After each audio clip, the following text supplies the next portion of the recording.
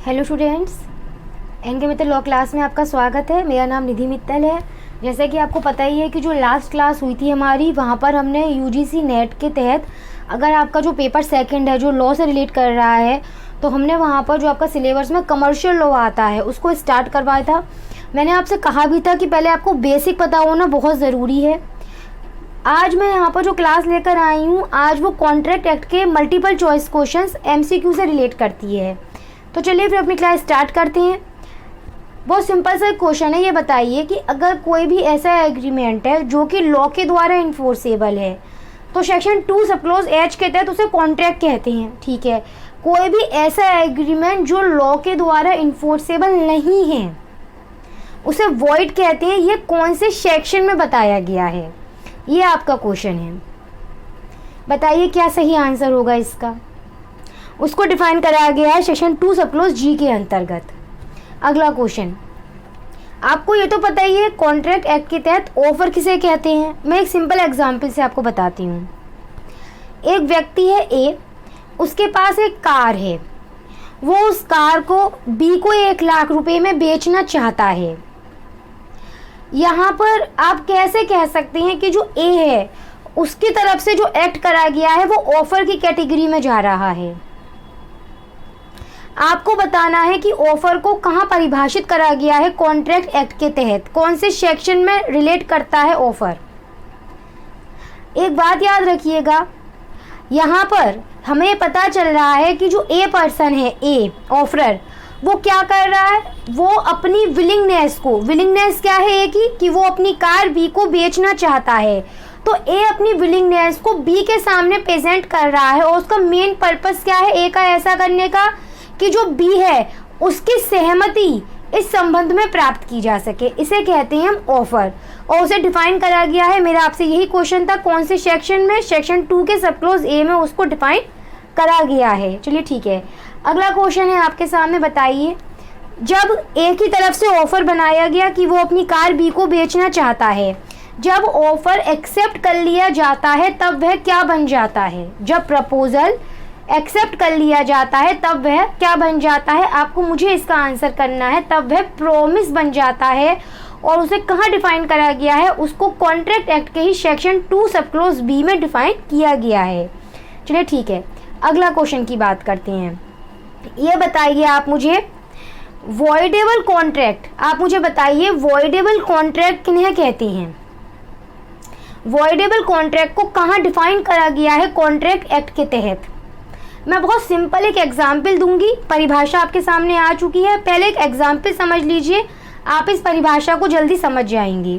भाई बहुत सिंपल सी बात है, अगर एक व्यक्ति है ए, ठीक है, उसके पास एक वॉल क्लॉक है। उस वॉल क्लॉक की कीमत 5,500 रुपये है। ए इस वॉल क्लॉक को नहीं बेचना चाहता है, लेकिन जो बी है वो इस वॉल क्लॉक को खरीदना चाहता है। इसके लिए बी ए से कहता है कि अगर ए ने वॉल क्लॉक बी को नहीं बेचा तो वह बी को हार्म पहुंचाएगा।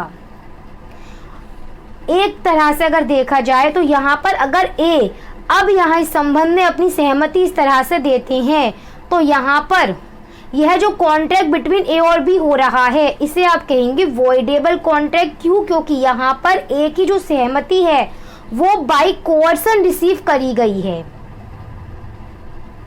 मैंने आपको पिछली क्लास में बताया था, बेसिक अपना क्लियर करिए। अगर आपने पिछली क्लास को भी रीड करा होगा तो कुछ बातें तो मैं वहां से भी आपको यहाँ पर रिगार्ड हो रही हैं।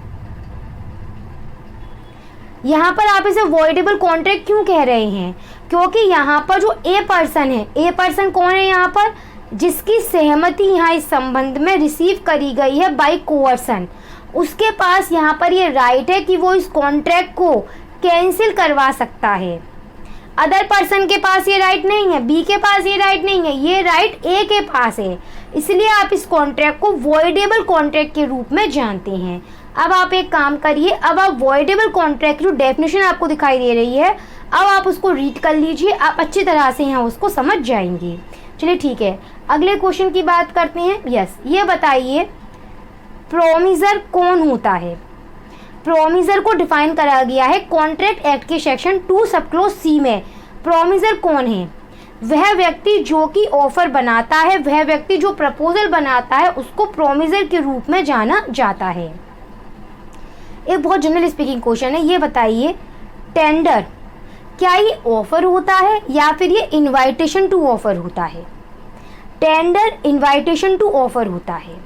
कम्युनिकेशन ऑफ ऑफर कब कंप्लीट होता है? समझ लीजिए 1 जनवरी 2000 को बाय लेटर एक ऑफर ए की तरफ से बनाया गया।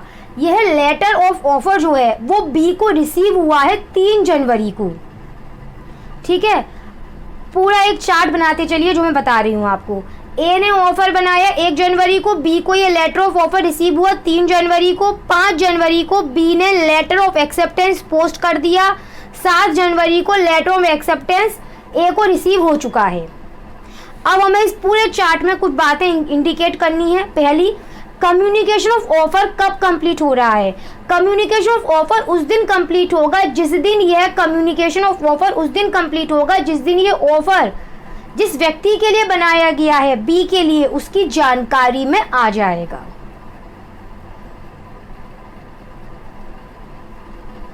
When it comes to the knowledge of the person to whom it is made।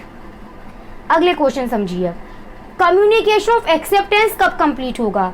Communication of acceptance 2 तरह से कंप्लीट होता है, एक होता है अगेंस्ट ऑफरर और एक होता है against offeree. Communication of acceptance against offeree कब कंप्लीट होगा, अगेंस्ट ऑफरर कब कंप्लीट होगा, ये समझिए। पहला point, communication of acceptance against offeror कब कंप्लीट होगा? 5 जनवरी को कंप्लीट होगा जिस दिन बी के द्वारा लेटर ऑफ एक्सेप्टेंस पोस्ट किया जा रहा है। जिस दिन यहाँ पर अब लेटर ऑफ एक्सेप्टेंस बी की माध्यम से बाहर जा रहा है, उस दिन communication of acceptance against offeror complete हो गया। Communication of acceptance is complete as against the proposer when it is put in the course of transmission to him so as to out of the power of the acceptor। अब question arise होता है communication of acceptance against offeree कब complete होगा? 7 जनवरी को। जिस दिन letter of acceptance offer को मिल जाएगा उस वक्त communication of acceptance against offeree complete हो जाएगा। Communication of acceptance is complete as against the acceptor when it comes to the knowledge of the proposer। आपसे MCQ के माध्यम से भी यही इस तरह से क्वेश्चन इसमें पूछे जा सकते हैं। आप अगर बेसिक स्ट्रक्चर अपना बना के चलें आप, तो आप बहुत जल्दी इनको आप सॉल्व आउट कर सकते हैं आप इस संबंध में। चलिए ठीक है, चलिए क्वेश्चन है आपके सामने, बताइए एक्सेप्टेंस कैसी होनी चाहिए? पहला, एब्सोल्यूट, अनक्वालिफाइड, बोथ। बिल्कुल सही, बोथ। क्यों? क्योंकि जब भी एक्सेप्टेंस बनाई जाएगी तो उसकी एक मेन विशेषता ये होती है कि एक्सेप्टेंस हमेशा से एब्सोल्यूट होनी चाहिए, अनक्वालिफाइड होनी चाहिए। इसका क्या मतलब हुआ? इसका मतलब समझिए एक एग्जाम्पल से। अगर यहाँ पर ए है, वो एक कार बी को बेच रहा है 5 लाख में, तो बी यहाँ पर जब अपनी एक्सेप्टेंस देगा तो वो जिस रूप में उसे ऑफर बनाया गया है उसी रूप में वो उसको एक्सेप्ट करेगा और वो यहाँ पर अपने पास से कोई कंडीशन अराइज नहीं करेगा। सपोज करिए बी ने यहाँ पर यह कहा कि वो कार खरीदने को तैयार है, पर 5 लाख का जो ऑफर पैकेज रखा गया है उतने में नहीं 4 लाख में। ये एक्सेप्टेंस वैलिड नहीं है। क्यों? क्योंकि वो वहाँ पर अनक्वालिफाइड नहीं है, जबकि एक्सेप्टेंस अनक्वालिफाइड होनी चाहिए और एब्सोल्यूट होनी चाहिए। चलिए ठीक है, अगला क्वेश्चन, कॉम्पिटेंसी ऑफ पार्टीज, इसका क्या मतलब है? कॉम्पिटेंसी ऑफ पार्टीज का मतलब है पार्टीज को साउंड माइंड होना चाहिए, मेजर होना चाहिए, नॉट डिस्क्वालिफाइड बाय लॉ होना चाहिए। इससे रिलेटेड सेक्शन 11 बताया गया है। चलिए बहुत सिंपल है क्वेश्चन, बताइए जब ये पता चलता है कि किसी पार्टी की सहमति, कंसेंट, कॉन्ट्रैक्ट के लिए बाय फ्रॉड रिसीव करी गई है, तो इस प्रकार का जो कॉन्ट्रैक्ट है वो किस कैटेगरी में जाएगा? Void, voidable, valid, none of the above.